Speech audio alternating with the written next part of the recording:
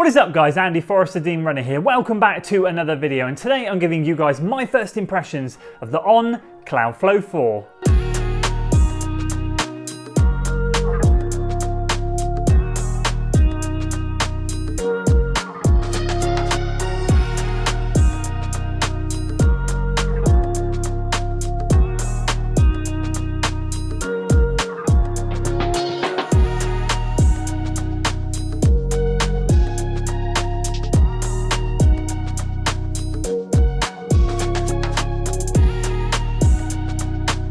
So 2 runs already in this shoe for me, an easy run and a workout. It's taper week for me, so the workout was a bit shorter, but still nice and intense. And I was able to put some good speed in this shoe. So what we'll do today, as always, is share with you how I've tested it, go through the workout details, give you a technical overview, and then share my first impressions on this shoe. Quick disclaimer, this is a shoe that On Running sent to me for the purpose of review. However, they have no editorial control over this video. They have no idea of my thoughts, and they certainly will not see or hear anything from me before you guys get to see it here on YouTube. So with that out of the way, let's dive in and talk about how I tested it. So I kick-started testing with a 30-minute easy run in this shoe. Just wanted to see if it needed any braking in before I took it out for a workout. This is a lighter end of the spectrum, faster, sort of training style shoe where you're going to be putting in some good speed in it. So I knew that the easy run wasn't going to give me any answers in terms of like how I felt towards the shoe, but I just thought to myself, do you know what, I'll get an extra run in it, I'll see how it feels, get a good feel for the shoe so that I know the next day when I go out for the workout what I was going to expect. Took it out for a workout the next day, 12-minute warm-up, and then I rolled straight into it. Taper week, so workout slightly shorter, but still very intense, sharp paces. 5-minute tempo off 90 seconds, and then I went into 3 by a minute off of 75 seconds, 3 by 2 minutes off of 90 seconds, and then back down to 3 by a minute off 75 seconds. And the second set of the 1 minutes ended up being rather quick. So really happy with that. And then I finished off with a 12-minute cool down. And we'll roll into the technical side of things. We'll kickstart by saying I went true to size in this shoe, UK size 13 for me. We're talking about a 31 to 23 millimeter heel to toe drop. So that's 8 millimeters from front to back. So a good amount of cushioning in there. And in my UK size 13, it comes in at 321 grams or 11.3 ounces. And as always, we'll work our way from the back of the shoe, talking about the heel counter, the ankle collar, the tongue, the lacing, the upper, the midsole, and then the outsole. So I'll start off by saying it's a high-tech woven upper material, which is very nice, very breathable and very comfortable. Sits over the top of the foot nicely. And of course, we'll start back here where we have a little bit of structure in the heel, but nothing crazy. Got a good bit of spring back, but there's a little bit of resistance. So there's a bit of something there just to lock you in place, but nothing too crazy. Feels very nice. Comfortable cushioning around the top of the heel counter and ankle collar there, so that when you do cinch down, it hugs your ankle nicely, and a lovely cut here under the ankle bone. In terms of the tongue, it is paper thin at the top, but then just about a centimetre down.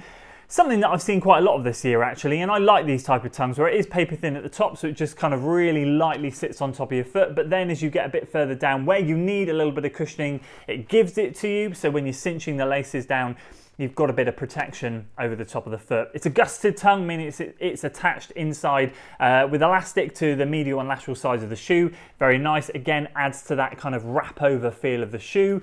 I'm a massive fan of them, if I'm honest with you. It just gives you a nice secure fit. So that's all really good. In terms of the lacing, it is a relatively standard lacing system, although we have a bit of a gap here in terms of the standard eyelets, and they're using a bit of fabric there to weave the eyelets through. And then they've got a bit of fabric on the tongue here, again, just for security, I guess. You've already got the gusseted tongue in place to hold the tongue stable, but that's just another thing that's just going to hold it and lock it in there. And I got a really good lockdown in this shoe. From the first run and the second run, no issues whatsoever. It didn't come undone. And didn't get loose throughout either of the runs. So in that aspect, that's really good, because I've had a few shoes this year that I've tested that have got loose and have even come undone during the run. So happy with all of that. As I said, the upper is a lovely high-tech woven material, very breathable, very lightweight, feels very comfortable, and that goes all the way around the shoe. In terms of the midsole, we've got their Helion midsole, dual density, I believe. So we've got sort of something slightly different in the top half here where the yellow foam is compared to the white Cloudtech foam at the bottom.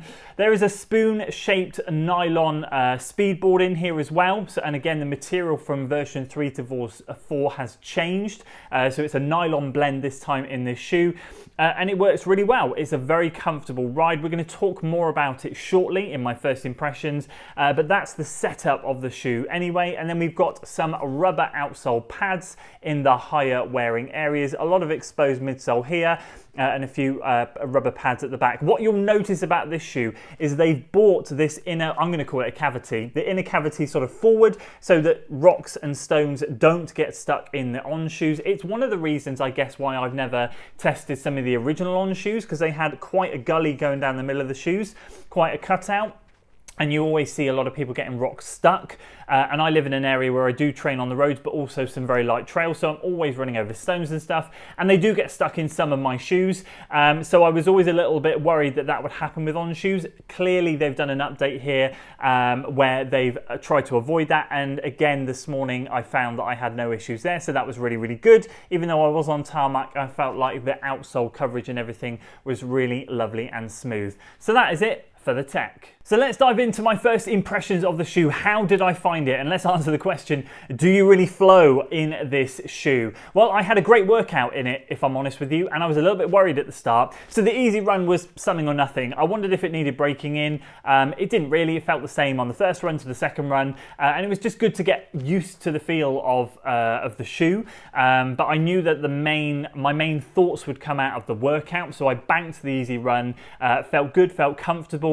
I'd say if you're running in a multitude of shoes, this would be on the slightly firmer end of the spectrum. The midsole is very, very comfortable, but I'm a fan of firmer midsoles. Brooks Hyperion Max, you guys know, it's one of my favorite shoes. That midsole's on the firmer side. I feel it gives me a little bit more stability, a little bit less roll in on the ankles, especially with the softer foam. So I was a big fan of this. It's not firm by any stretch of the imagination, but it is on the firmer side of the midsole spectrum. But it was very, very responsive. That's the first thing I noticed when I started my workout. So I did my tempo section of the workout, which was 5 minutes, and it was actually one of the slowest tempo sections of the whole training block that I've been in. And I was a little bit worried. I'm in taper week, so I have a lot going on in my mind, you know, worrying about if I'm ill or temperature. It was very humid this morning as well. And I was thinking, or was it the shoes? Were the shoes slowing me down? All of this stuff was going through my mind. And I just thought to myself, snap out of it, just get on with the workout and stop being an idiot. So I got that done, and then I rolled into the 1 minute, and I was like, okay, I'm shifting now. I'm back to what I would call normal paces. Maybe I just needed to bust the rust. Maybe I felt a bit sluggish this morning and needed to get that 5 minute effort out the way to really open up into these intervals. And that's exactly why my coach puts those tempo bits in at the start, to get rid of that kind of sluggishness so that you're ready to start the main batch of intervals first. Really shifted quickly in the 1 minute section, really locked into a lovely pace in the 2 minute section, very, very quick indeed, and then finished off strong in the last 3 by 1 minute, finishing sub 5 minute mile pace for the last one. And I flowed really nicely. So to answer the question, you do flow in this shoe. It feels really nice. Weight is the thing that didn't confuse me, but has kind of put me into this position where I'm like, well, where does this fit in? So let me give you an explanation as to what I mean. If I look at this shoe and I want to go and test it out, I'm instantly looking at this and going, right, what are its competitors? Speed 3 and 2 and 1, so the Endorphin Speeds perhaps, the Brooks Hyperion Max, Brooks Hyperion Tempo. In terms of shoes that I've tested, that's kind of like where I'm thinking this shoe should fit in. But those shoes in my size are sub 300 grams, and this is 321, so it is a little bit on the heavier side, and that is something I noticed. So then I was like, well, what shoes match up with the weight of this thing? The Clifton 9. In my UK size 13, the Clifton 9, there's about 1 or 2 grams in it. So they are very, very similar in terms of weight. So then I asked myself the question, what would I rather run in, the Clifton 9 or this? And if I had both of those shoes, I said, well, the Clifton 9 is built for comfort, not speed. so an easy day plodder, the Clifton all day long. But when it comes to speed, this thing is far more responsive. This one really picks up the pace well, and I get a lot more from the midsole than I do from the Clifton. So in terms of comparing it there, I would say for speed stuff, this is far more superior. And then I get into the daily easy trainers, which are usually 350 grams plus, and this just doesn't fall into that. So it kind of, if I look at it and go, right, well, I want it to match up with the Hyperion Max or the Speed, it's a little bit on the weighty side, but it does fall into that middle ground for me. And so instantly from that, I'm thinking to myself, well, it will be a really good moderate day shoe, because I've been using my Cliftons for moderate running, zone 2 stuff, and it will be a really good speed day shoe as well.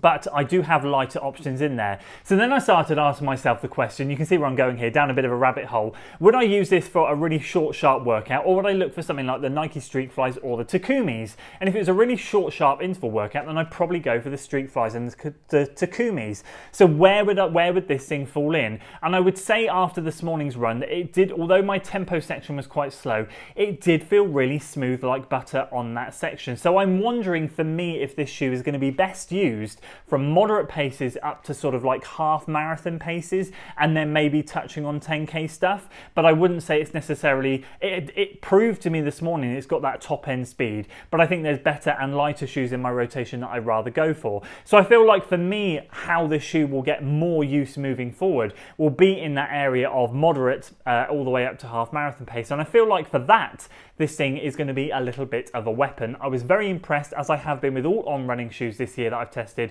with the comfort levels in it. This was probably the firmest of the 3 shoes I've tested, those being the Cloud Stratus 3, the Cloudflow 4, and now the Cloud Boom Echo 3, the racing shoe. This would be the firmer of the 3 models, but I feel like the midsole was nice and responsive, and I felt like I could move through the gears really, really well. And because I like firmer midsoles, that ticks my box massively. So overall, very, very impressed with my first run in the shoe, first couple of runs, I should say, first workout. And I should think if you follow me on Strava, you get to see all my runs plus the shoes that I run in, because I tag the shoes that I run in. And I'm sure you're going to see a lot more runs in this shoe over the next few months. I just want to highlight very quickly, if you have run in the On Cloudflow 3, there is a massive change from the 3 to the 4. An extra, I think the stack height in the 3 to the 4, the 3 used to be 23 mil in the heel and 14 mil in the forefoot.